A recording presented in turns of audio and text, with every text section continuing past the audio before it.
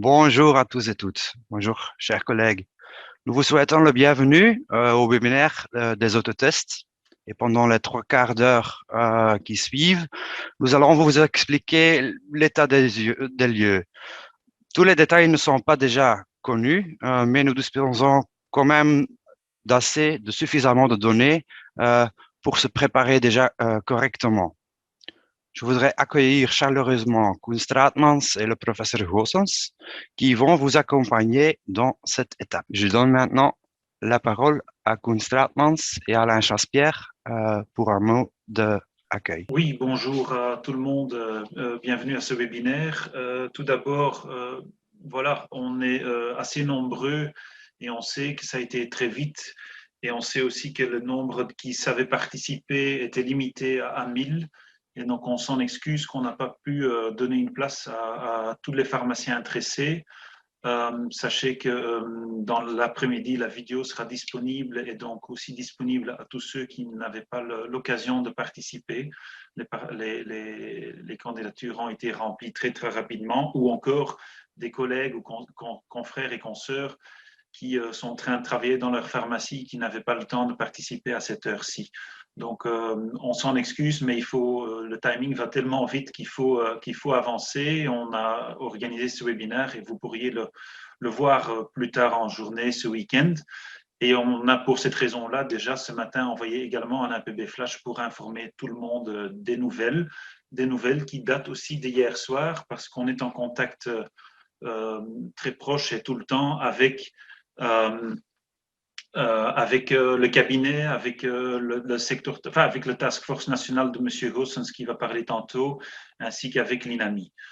Donc, vous savez qu'au niveau du timing, il y a un arrêté qui a été publié la semaine passée, jeudi, qui dit au niveau de la délivrance donc à partir du 25 mars qui a été publié, qui dit 10 jours plus tard, vous pourriez donc délivrer les autotests.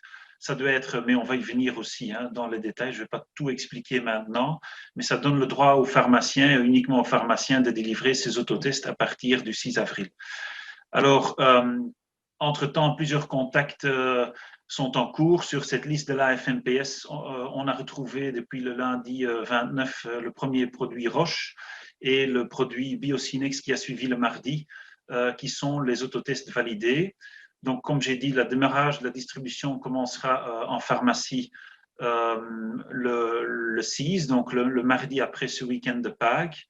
Et au niveau du remboursement, on a des nouvelles d'hier soir. Il y a une loi et un arrêté royal qui va être publié vraisemblablement dans la semaine prochaine et qui donnera sans doute le coup d'envoi du remboursement, même déjà à partir du 8 avril, à voir en fonction de la date de publication.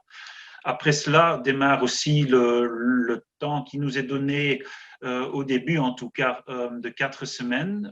Les 4 semaines où on va pouvoir jouer notre rôle, et c'est très important. L'APB a plaidé vers les autorités de pouvoir assumer un rôle important dans le testing et la stratégie de testing depuis le début. Et l'autorité fait maintenant appel à nous pour jouer ce rôle de manière correcte, responsable, et évaluera après les 4 semaines comment ça a été. Et on verra donc si ça reste exclusivement en pharmacie et ou au niveau du remboursement aussi ce qui se passera par la suite. Je pense que le mieux qu'on joue notre rôle, le plus de chances qu'on a qu'on peut prouver qu'on a ces valeurs ajoutées dont on a parlé autant. Tu peux passer au slide suivant. Donc, quand on regarde un peu maintenant dans la presse, c'est vrai, ça a été fort relaté dans la presse. Bon, vous pouvez dire ça va tellement vite, mais comme je viens de dire, oui, ça va très vite, mais enfin, là, les discussions vont aussi très vite. Et peut-être pour dire aussi que, comme au début de la crise, nous avons déjà demandé si vous avez besoin des pharmaciens, si vous voulez, dans la stratégie testing, nous sommes disponibles. On n'a pas exigé, il faut. Les pharmaciens sont disponibles, ils ont leurs mains et ils ont surtout leur cerveau formé universitairement. Ils sont là pour aider. On a préparé des notes encore ici en début d'année et donc Herman Gross est présent, on parlera aussi tantôt. La réponse qu'on a reçue, oui, c'est vrai, il y a sans doute à un certain moment un rôle à jouer pour les pharmaciens, mais la stratégie de testing avec l'évolution de la technologie aussi, ce n'est pas statique, c'est dynamique. Et donc, on démarrera donc à partir de la semaine prochaine avec ces autotests. Tu peux passer au slide suivant. Donc, comme on vous a dit, les pharmaciens, bon, on voit dans la presse plusieurs articles, nous serons fortement sollicités. Il est vrai que cette semaine-ci, voilà, et avec les infos de l'arrêté déjà la semaine passée, on a dû ajuster les dernières infos. Je pense qu'aujourd'hui, on a quand même, comme Joris a dit au début, la plupart des paramètres sont connus. Bon, les commandes sont en cours, les grossistes sont en train de les commander et ça va arriver au compte-gouttes, je pense, peut-être encore au début, à partir de la semaine prochaine. Mais j'ai des nouvelles déjà tous les jours, ça va dans un meilleur sens, que les tests arrivent des fabricants vers vos grossistes répartiteurs et seront livrés dans le courant de la semaine prochaine. Donc, on fait appel à nous aussi maintenant, à la fois le ministre et le task force. Je pense que tu peux passer au slide suivant. Voilà, je laisse la parole à Joris maintenant. Voilà. Avec ces mots encourageants de Koen, j'invite maintenant le professeur Herman Goossens qui va vous expliquer un peu plus les détails de ces tests. À vous, professeur. Merci Joris. Je peux avoir la dia suivante, s'il te plaît? Oui, merci. Donc, bonjour tout le monde et ravi de participer à ce webinaire et aussi merci pour cette invitation. Vous allez jouer un rôle très important dans la bonne application de ces autotests et je suis effectivement ravi que ces autotests seront disponibles la semaine prochaine dans les pharmacies et pas dans les supermarchés parce que je pense que ce ne sont pas des bonbons. Et donc, il est très important de bien expliquer comment il faut les utiliser et quelles sont les conséquences d'un test négatif ou un test positif. Et donc là, vous avez un rôle capital à jouer. Tout cela a été très vite. C'est parce qu'il y a eu un accord politique la semaine dernière, donc vendredi dernier au Kern, plus vite qu'on avait pensé. Et je suis évidemment ravi qu'on a pu aller très vite et que ces tests seront disponibles à partir du 6 avril. Bon, je vais vous expliquer en 10 minutes différents avantages et désavantages et les messages qu'il faudrait quand même passer aux gens qui achètent ces autotests. Bon, tout d'abord, il y a deux types de tests. Je ne vais pas parler des tests pour la détection des anticorps parce que je pense que ces tests pour la détection des anticorps ne sont pas très intéressants. Ils n'ont pas vraiment une place. Et donc, je parlerai ici surtout de tests par PCR et de tests antigéniques. Et donc, c'est clair que le test par PCR, ça c'est le meilleur test, ça c'est sûr, parce que détecte l'ARN, c'est très sensible, très spécifique, mais il y a un mais, c'est qu'il faut quand même attendre 4 à 6 heures et donc, effectivement, ça doit se faire dans un labo et on n'a pas le résultat tout de suite et c'est plus cher aussi. Par contre, les tests antigéniques, là, on a les résultats tout de suite. Ça peut se faire à la maison, par exemple. Donc là, les autotests. Donc, on a le résultat après 15 minutes. Désavantage, c'est qu'ils sont un peu moins sensibles. Ils sont très spécifiques, mais quand même un peu moins sensibles. Donc, ça, c'est quand même un désavantage et je vais quand même insister là-dessus quand on discute pendant ces 10 minutes sur les applications et où est-ce qu'on pourrait les utiliser. Oui. Prochaine dia. Donc, ça, c'est une dia qui montre l'évolution de la charge virale ou de la concentration virale chez quelqu'un qui est infecté par le virus. Donc, au moment qu'on est infecté, il y a une reproduction de ce virus dans les voies respiratoires supérieures. Et donc, à un moment donné, le PCR va détecter le virus alors que le test antigénique sera toujours négatif parce qu'effectivement, ce test il est un peu moins sensible. Et puis, la concentration augmente.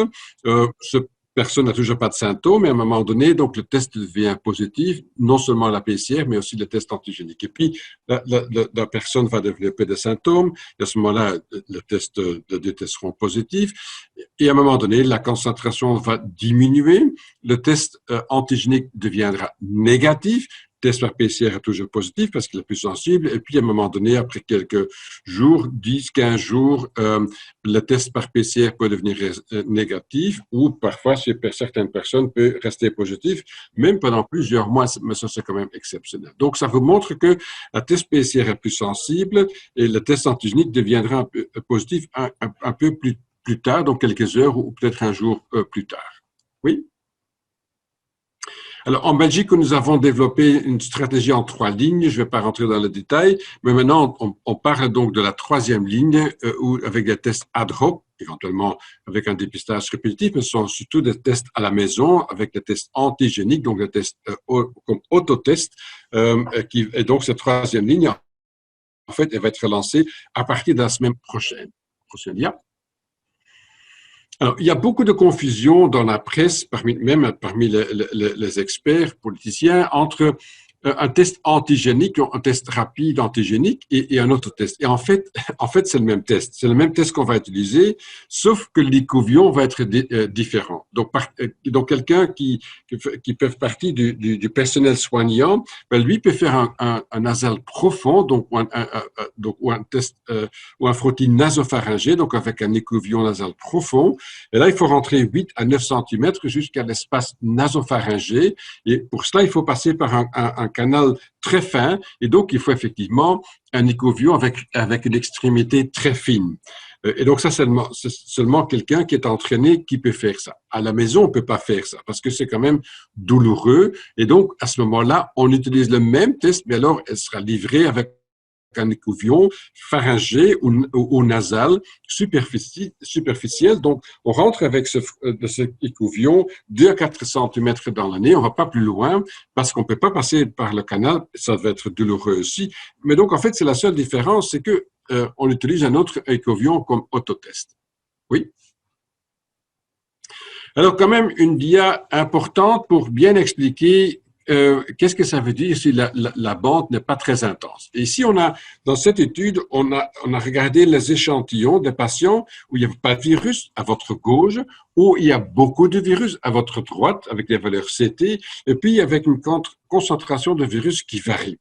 Quand vous voyez à votre gauche quelqu'un qui n'a pas de virus, bien là, le contrôle est positif parce que le test il a bien marché, mais il n'y a pas de ligne, pas une bande à côté de symbole T, donc symbole test. Donc ça, c'est normal, il n'y a pas de virus. À votre droite, là, vous avez quelqu'un qui a beaucoup de virus, donc une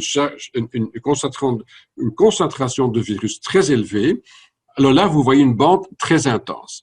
Et puis, entre les deux, vous avez une variation. Donc, quelqu'un qui a un peu moins de virus ou versus quelqu'un qui a encore plus de virus. Et vous voyez qu'à un moment donné, par exemple, avec une valeur CT de 27,5, qu'à un moment donné, vous voyez une bande qui n'est pas très intense, mais vous voyez déjà une bande.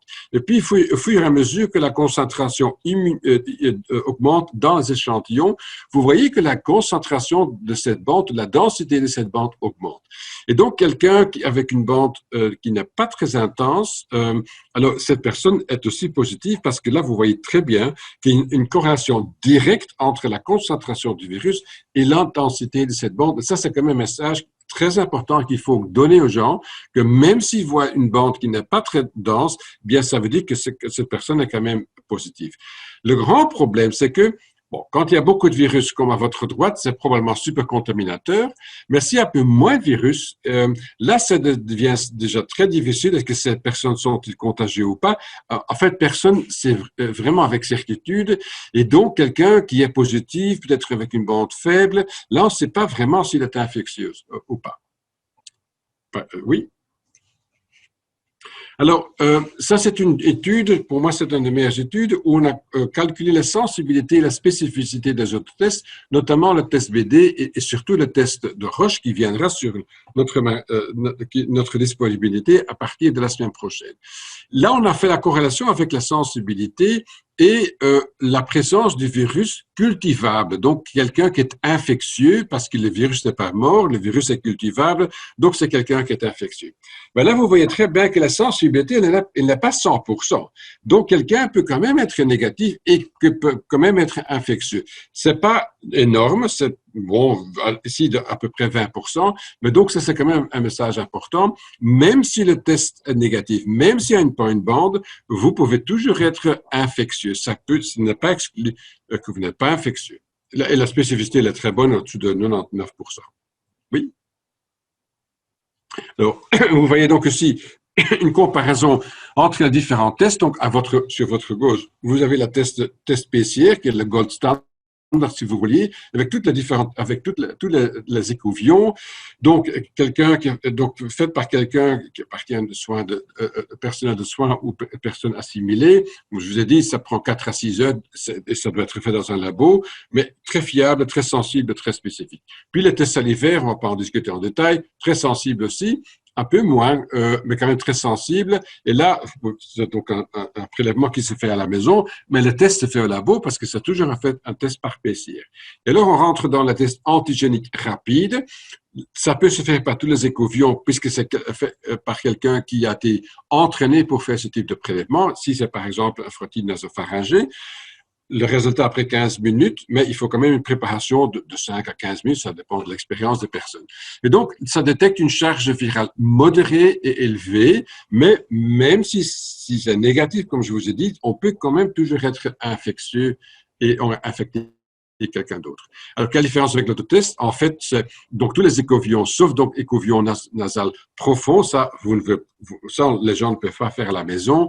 Et donc, mais sinon, c'est la même chose en termes de durée et en termes de sensibilité. Oui. Alors, quels sont donc les avantages de détection de supercontaminateurs, mais pas 100% fiable, donc à peu près 80% fiable, qui est quand même excellent, mais donc c'est pas parfait.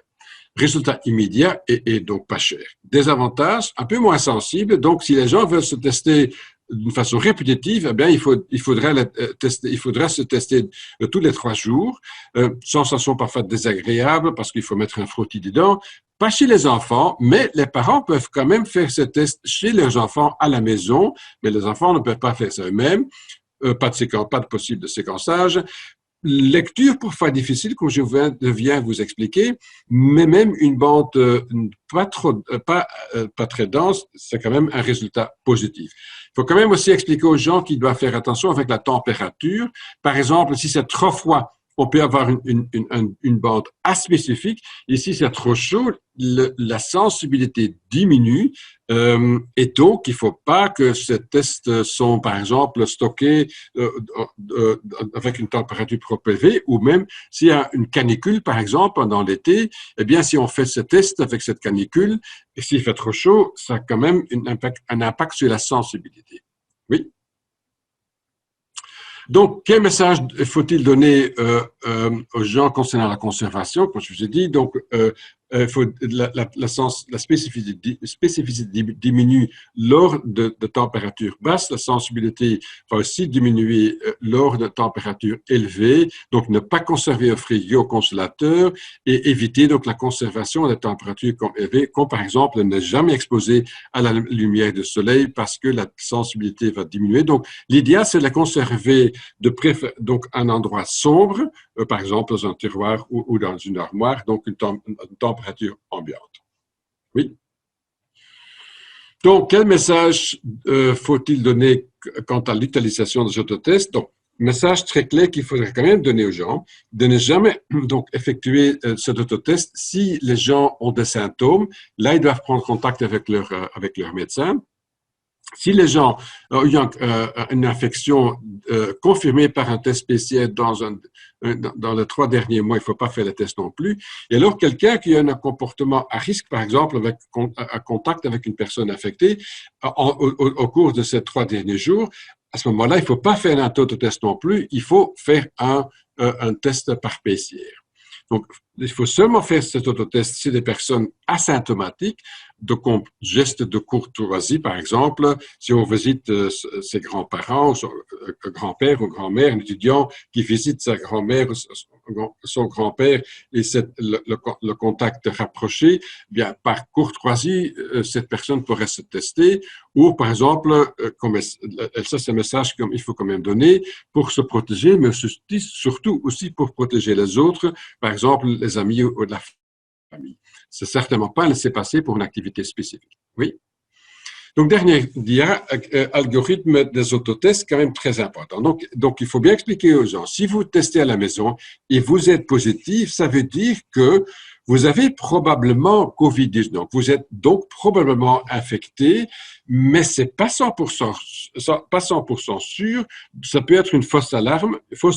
Donc, il faut toujours faire un test PCR pour confirmer les résultats.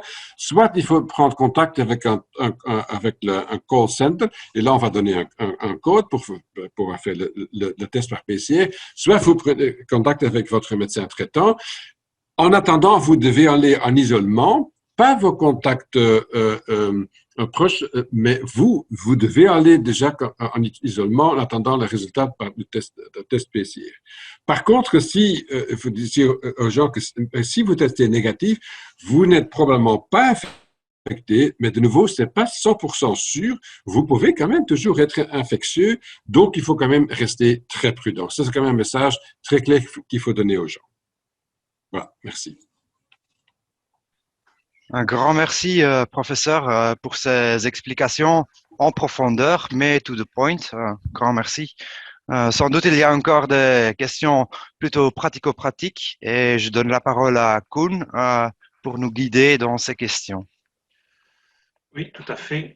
Donc, on a reçu beaucoup de questions ces derniers jours et encore une fois, les dernières discussions se sont finalisées hier soir et on va essayer de répondre à ces questions maintenant. Donc, tu peux passer au slide suivant.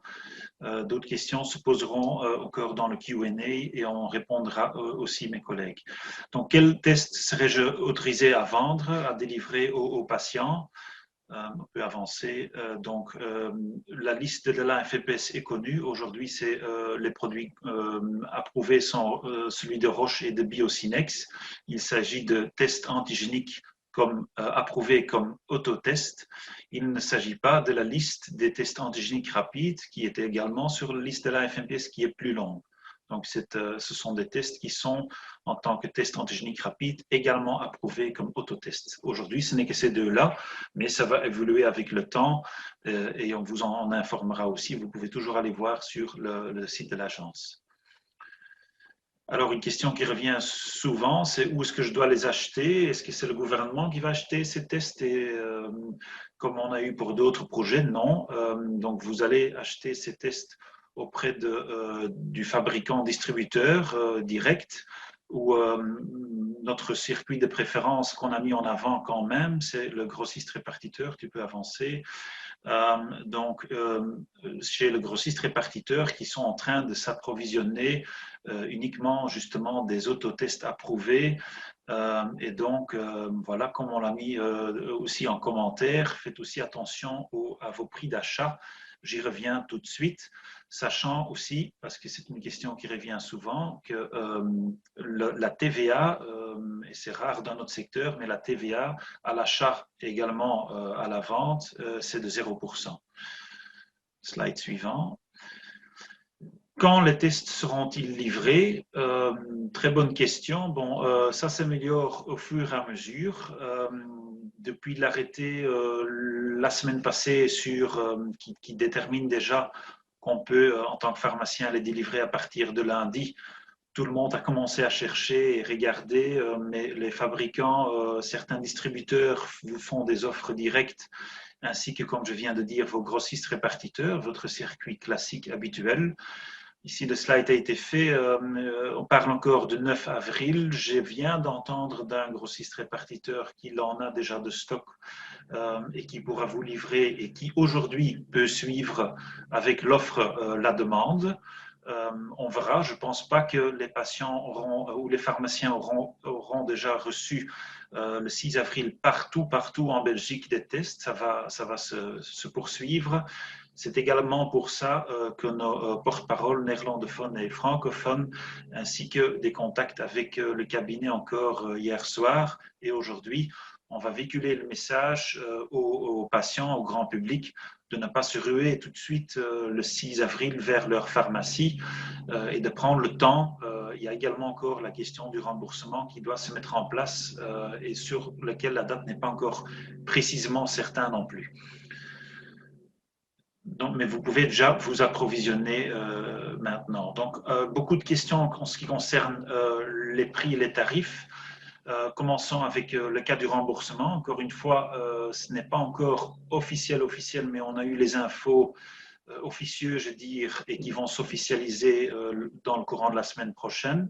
Sans doute qu'on va voir un arrêté royal et une loi publiée le 7 avril qui mettra en place le 8 avril le remboursement. Qu'est-ce qu'on va retrouver là-dedans? C'est que la base de remboursement est donc de 8 € en cas de remboursement. Sinon, il n'y a pas de prix fixé. De nouveau, le TVA de 0% peut avancer. Oui, je vais revenir tout de suite sur les tarifs. Donc ici, au niveau du non-remboursement, les prix sont libres. Donc, il y a 0% de TVA, mais je veux quand même vous dire que le pharmacien est un prestataire de soins responsable. Hein. On a maintenant un rôle à jouer. Je pense que comme pour un médicament qui est remboursable, mais parfois pas remboursé, il me semblerait logique de faire de même chose avec les autotests. Mais en principe, vous êtes libre de faire ce que vous souhaitez. Slide suivant.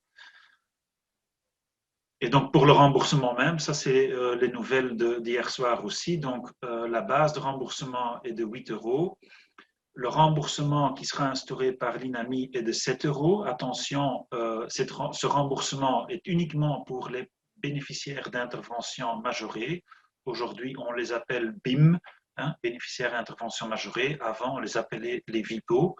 Donc, ces patients-là ne paieront que 1 €. Donc, 8 moins 7 égale 1. Vous pouvez consulter cela via MyCareNet, hein, donc, comme vous le faites tous les jours pour les médicaments, et vous devriez l'enregistrer au nom de chaque personne et vérifier si chaque personne à qui vous délivreriez des tests est bien un VIPO. Alors, cette base de remboursement est basée sur un remboursement compensation du prix du test de 4,5 €. Une compensation pour la marge du grossiste d'un demi-euro et un honoraire du pharmacien de 2 €.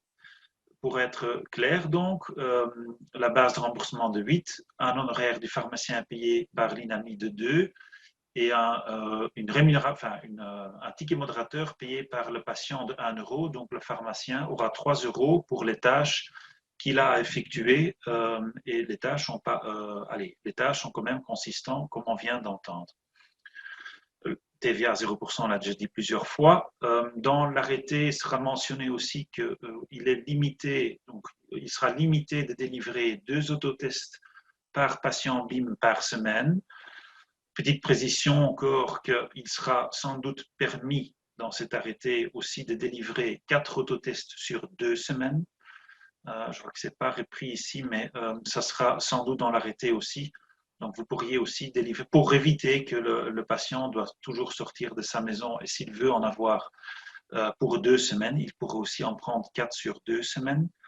Et on vous demande de faire un encodage, enfin, on vous demande, il sera obligatoire d'enregistrer ça d'ailleurs déjà pour le remboursement, qui sera fait sur une ordonnance fictive avec un médecin fictif, comme vous le faites pour des délivrances où le pharmacien peut déjà autonomement octroyer le remboursement, comme les vaccins grippe et la contraception d'urgence. Beaucoup de questions par rapport à ça aussi. Donc non, il ne faut pas aller chez le médecin pour une ordonnance, mais vous devriez l'enregistrer sur une ordonnance pour les patients BIM et donc l'enregistrer dans le DP et dans le DPP pour que les autres confrères et consoeurs puissent vérifier que des patients BIM ne fassent pas du shopping. C'est une demande qui vient des autorités. Slide suivant. Donc, comment les encoder, ces autotests? Je l'ai déjà dit. Voilà, vous avez les CNK qui sont mentionnés ici. Vous pourriez puiser les tests dans les boîtes de 25 et dans les boîtes de 5 dès qu'ils sont disponibles et les acheter chez les grossistes par 5 ou par 25, ou voire pour Biocinex même par une pièce, ce qui n'est pas le cas pour Roche. Mais vous devriez encoder les CNK à l'unité. Ces CNK sont livrés aujourd'hui vers les maisons de soft pour qu'au moins déjà à partir du 6 avril, vous pouvez commencer à délivrer. Si vous en avez déjà, pour le remboursement, on l'a déjà dit, c'est plutôt à partir du 8 avril, peut avancer. Donc, les tests sont emballés individuellement. Vous pouvez donc les commander. Est-ce que c'est le cas? Pas toujours. Donc, parfois, il va falloir rassembler les différents éléments qui sont des constituants qui sont repris dans la boîte de 25, comme chez Roche. Donc, encore une fois, le CNK par 5 et 25, vous pourriez les utiliser pour la délivrance non remboursée éventuellement à des patients actifs. Mais pour le remboursement, il faut utiliser les CNK à l'unité. Je peux avancer. Les autotests seront-ils bientôt dans les supermarchés? Question qui revient souvent. Écoutez, le secteur a plaidé pour, moi personnellement, beaucoup, et on a été écouté par professeur Hermans, qui vient de le dire, que le pharmacien a absolument un rôle à jouer par la politique. On nous a dit que ça sera évolué après 4 semaines. Et donc, non, pas tout de suite dans les grandes surfaces, fort heureusement, parce que quand on voit ce qui se passait en Allemagne, qu'après une demi-journée, les plus rapides ou ceux avec les moyens ont eu des tests et l'après-midi, les gens n'avaient plus de tests, on met justement ici un système en place pour que les pharmacies puissent, avec tous leurs atouts, bien expliquer que le patient prend les tests correctement, qu'il est renvoyé vers le médecin, mais également qu'il y a une distribution équitable. Après ces 4 semaines, ça sera évalué également pour le remboursement. En ce qui concerne remboursement et exclusivité, la meilleure façon d'obtenir un prolongement, c'est de jouer votre rôle correct, cohérent, qualitativement, pour qu'on continue à faire confiance à notre secteur avec ses atouts. Question suivante. Qu'en est-il en ce qui concerne les entreprises qui souhaitent acheter des grandes quantités pour leurs employés? Tu peux avancer, Yoris. Les entreprises peuvent obtenir gratuitement des tests antigéniques rapides. Ce sont donc, comme expliqué, pas des autotests. Et alors demander à leur service de médecine du travail d'effectuer des tests au niveau des sociétés. Donc, il n'est pas prévu de donner à des citoyens ou des chefs d'entreprise des 50 tests, par exemple. L'objectif, c'est de se limiter ici aussi pour les actifs et pour tout citoyen à 2 tests par semaine, quitte 4 tests par 2 semaines. Ne commencez pas à délivrer des grandes boîtes et des grands conditionnements parce que, on risque de créer des pénuries pour les autres. Donc, mais si c'est pour un actif, on vous demande aussi de bien l'enregistrer au nom du patient, donc pas avec une ordonnance à ce moment-là, mais pour que les informations puissent remonter dans le DPP et qu'on ait également des chiffres corrects au niveau national. Encore un autre atout du secteur qu'on peut collectionner via toutes les pharmacies, les DPP, les informations, bien sûr, du privé respectées, mais je veux dire au niveau macro, et qu'on peut suivre les délivrances au jour dans le circuit des pharmacies. Un test positif plus ce matériel peut-il simplement être jeté à la poubelle? Tu peux avancer. En principe, il est très peu probable qu'on soit contaminé avec la collecte des déchets, mais prenons quand même certaines précautions. Mettez-le dans un sac fermé, le fermer complètement et prévoir une bonne poignée pour les sacs poubelles. Et quand c'est dans un conteneur et pas dans un sac poubelle, mettez-ce dans un sac à l'intérieur du conteneur qui est bien fermé. Question suivante, je crois que c'était tout. Voilà. Je passe la parole à Yoris ou à Alain. Ça nous a déjà appris beaucoup, Koen. Merci bien. Mais comment procéder alors en pratique? Comment le faire pour ce test? Je donne la parole à Alain pour nous expliquer. Okay, bonjour tout le monde. Oui, c'est important vous l'avez compris, hein, le rôle du pharmacien est essentiel pour bien expliquer comment on doit utiliser ces autotests. Alors, on peut y aller, Yoris, dia suivante. Alors, voilà, il y a ces 2 dias. Donc, vous le savez, on vous l'a dit, il y a 2 autotests qui sont sur le marché. Il y a des vidéos tutoriels qui sont extrêmement bien faites et donc je vous invite vraiment à les consulter. Bon, c'est pas possible de les montrer maintenant, mais les vidéos seront disponibles et vous pourrez les consulter parce qu'elles sont vraiment bien faites, elles expliquent et à la limite, vous pourriez même les montrer aux patients le cas échéant si c'est possible. Donc, Biocinex le fait et dia suivante. Alors, Roche le fait aussi, donc vous pouvez, et d'ailleurs elle est en français aussi, cette vidéo. Alors, j'ai juste, avant de passer à la suite, retenu certains mots-clés qui me paraissent essentiels pour la bonne utilisation. Donc, je rappelle ce que le professeur Goossens a dit. Donc, en ce qui concerne la conservation, donc, on doit les conserver à température ambiante, si possible à l'ombre dans un tiroir ou une armoire, en dessous de 30 degrés, pas d'exposition au soleil. Donc ça, ni à la lumière, donc c'est quelque chose d'important à retenir. Vous l'avez vu, la sensibilité 80%, ça veut dire qu'il y a un risque potentiel d'avoir 20% de faux négatifs. Donc c'est quand même un message à faire passer que voilà, ça donne une bonne indication s'il y a la deuxième ligne de marqué, si le test est positif, même si c'est faiblement, ben, il y a une contamination. Et donc le message est d'aller voir son médecin généraliste ou de le contacter pour faire un test PCR.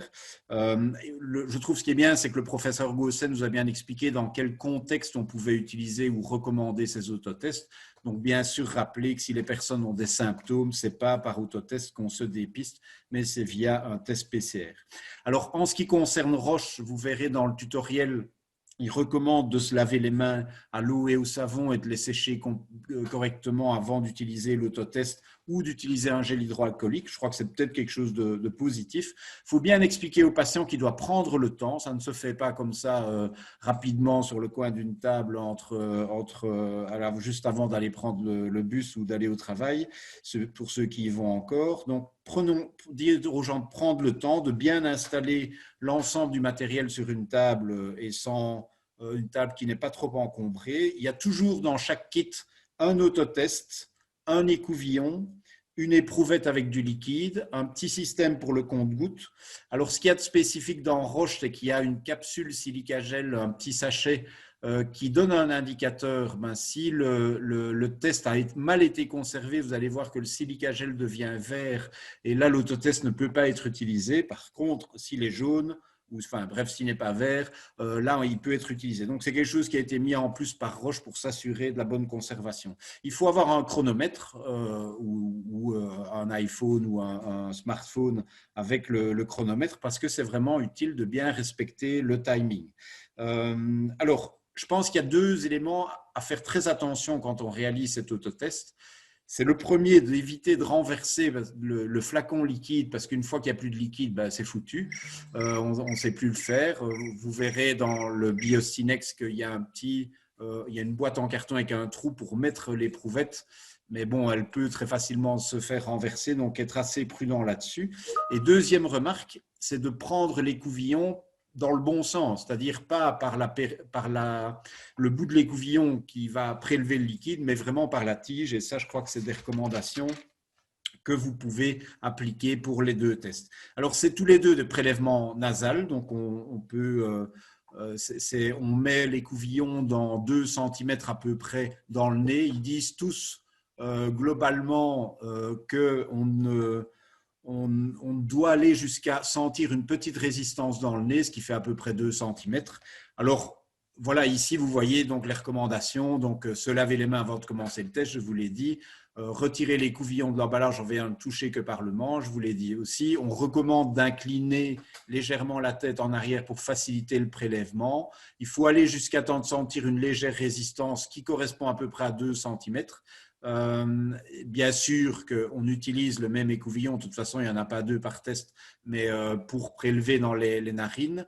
Alors là, il y a des différenciations Biocinex Roche. Biocinex dit par exemple qu'il faut tourner 5 fois dans la narine, Roche dit 4 fois, vous voyez, c'est des petits éléments. Puis après, lorsqu'on a tirer l'écouvillon du nez, il faut vraiment prendre le temps pour recueillir le maximum de sécrétion. C'est minimum 15 secondes pour l'opération. Vas-y, Yoris. Alors, je vous disais, il y a un tube avec du liquide, il faut vraiment l'ouvrir avec précaution et éviter de le renverser parce qu'évidemment, à ce moment-là, c'est plus possible de réaliser l'autotest. On place l'écouvillon une fois qu'on a fait le prélèvement, évidemment avec le tampon dans le liquide. Alors, chez Roche, vous allez voir que l'éprouvette est souple et donc on peut en même temps presser sur l'éprouvette pour permettre de bien extraire tout le liquide de l'écouvillon et aussi de presser sur l'éprouvette pour retirer l'écouvillon, pour laisser tout le liquide dans l'éprouvette. Chez Biocinex, ce n'est pas possible. Alors, ils demandent de presser l'écouvillon sur le bord de l'éprouvette pour vraiment bien laisser couler tout le liquide dans l'éprouvette, parce que ça, c'est vraiment important. Il y a une petite différenciation, c'est que chez Biocinex, on dit on laisse l'écouvillon pendant 1 minute, tandis que chez Roche, on ne doit pas le faire. Vous voyez, c'est des éléments, il faut bien chronométrer la minute. Après ça, vous voyez, chez Roche, on dit de tourner 10 fois dans l'écouvillon. Chez Biocinex, c'est 6 fois. Il y a toujours des petites différenciations. Et puis après, vous mettez sur l'éprouvette le petit compte-gouttes, le petit système qui permet de faire le compte-gouttes. Et là, on est prêt pour faire l'autotest. Oui. Alors, les gouttes vont se placer dans la fenêtre qui est ronde, bien sûr. Donc ça, il faut aussi le dire. On doit mettre dans les deux tests, que ce soit Biocinex ou Roche, 4 gouttes dans la fenêtre.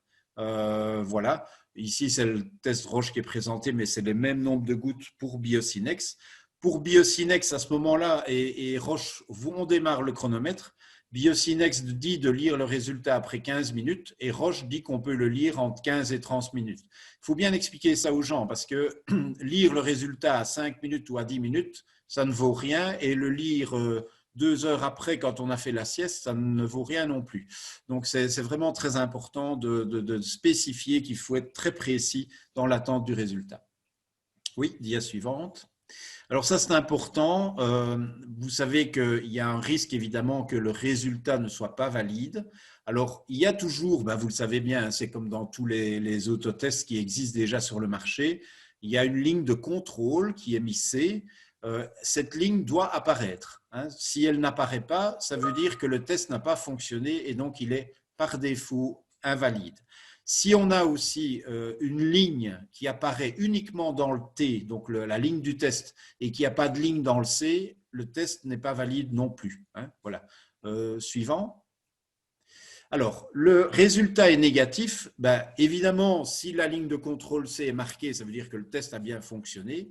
Et vous devez regarder si en face de la zone de l'écriture T, donc du test, il y a une ligne qui apparaît. Alors, le professeur Goossens vous a bien expliqué que si la ligne est bien marquée, c'est vraisemblablement qu'il y a un haut risque de contamination, mais il faut bien vérifier parce qu'une ligne faiblement marquée dit aussi que la personne a des traces de virus. Donc ça, c'est vraiment très important de pouvoir le dire. Par contre, donc s'il n'y a pas de ligne, s'il y a la ligne de contrôle mais qu'il n'y a pas de ligne test et qu'on ne la voit pas même faiblement, le test est considéré comme négatif.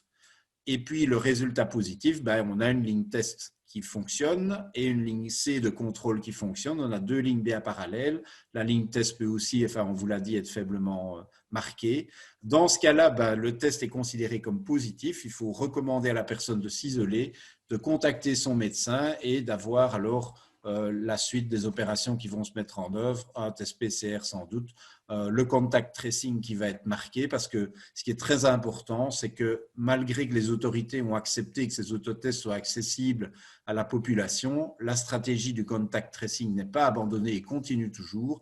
Et évidemment, c'est bien de voir son médecin aussi pour le suivi de l'état de santé et pour avoir une attestation éventuelle pour l'absence au travail. Oui. Alors, on vous l'a répété, le professeur Goossens a été très clair, je crois. Ce n'est pas parce qu'on se teste qu'on ne doit pas faire de mesures d'hygiène et qu'il faut les abandonner. La distanciation sociale est toujours là. Il y a toujours une probabilité, on l'a vu, 20% que le test soit faussement négatif. Évidemment, ce pourcentage peut augmenter si le test est mal fait, donc d'où l'importance de vos explications et que les gens le fassent correctement. Donc, ça veut dire que quand on a un résultat positif, ça c'est parfait, ça permet de détecter des gens qui ne l'auraient peut-être pas été sans ce système d'autotest. Mais quand on a une réponse négative, on peut avoir une probabilité de test faussement négatif. Et donc ça, il faut toujours en tenir compte et ce n'est pas pour ça que on peut alors se dispenser de mettre des masques, etc. Les mesures de distanciation sociale et les règles d'hygiène continuent toujours, y compris en cas de test négatif. Alors bien sûr, c'est ça, on vous l'a rappelé, mais c'est très important de le rappeler, c'est si les patients ont des symptômes, là, il faut prendre contact avec le médecin ou dans un centre de dépistage et veiller à ce que le système PCR soit activé. Bien sûr, voilà, clairement, le test négatif ne veut pas dire qu'on va arrêter les distanciations sociales, mais ne veut pas dire non plus qu'on peut tout faire parce que le test est négatif et qu'on peut aller au restaurant, etc. Donc, voilà. Donc, ça veut dire un test négatif que probablement, vous n'êtes pas infecté à ce moment-là, mais il y a toujours la réserve de faux négatifs, bien sûr. Par contre, quand il est positif, il faut aller voir son médecin. Voilà, merci beaucoup. Regardez les vidéos, elles sont super bien faites. Merci Alain. Je donne la dernière mot à Koen. De ma part déjà, un bon week-end de Pâques. Oui, pour donner le mot de fin ici, voilà, les autorités, encore une fois, ils regardent vers nous. On va jouer notre rôle correctement, qualitativement. Je sais que je peux compter sur vous. On a créé un cadre qui est là. Il y aura encore quelques obstacles à prendre, je ne vais pas le nier. Il y a encore quelques délais dans les livraisons, des prix d'achat à vérifier, mais je pense que le cadre qui est mis en place est très positif. Beaucoup de questions sur les 4 semaines, je le sais, mais on ne peut pas vous garantir encore plus. Et je vous comprends. Je pense que si on prend notre rôle en main qualitativement, encore une fois, de manière cohérente, qu'on fait un accompagnement très bien et qualitatif des patients, les autorités ainsi que nos patients feront encore plus appel à nous qu'avant. C'est la meilleure garantie de le faire. Soyons positifs et constructifs et prenons ceci maintenant par les cornes. Et je vous remercie beaucoup pour tout votre travail que vous avez déjà effectué pendant la crise. Et encore une fois ici, vous allez jouer un rôle important, pas toujours évident, mais important pendant la crise. Je remercie aussi également tous les collègues à l'APB et au FACO et les unions professionnelles régionales et locales qui collaborent ici avec le projet. Toutes mes collègues aussi qui font un excellent boulot pour vous accompagner.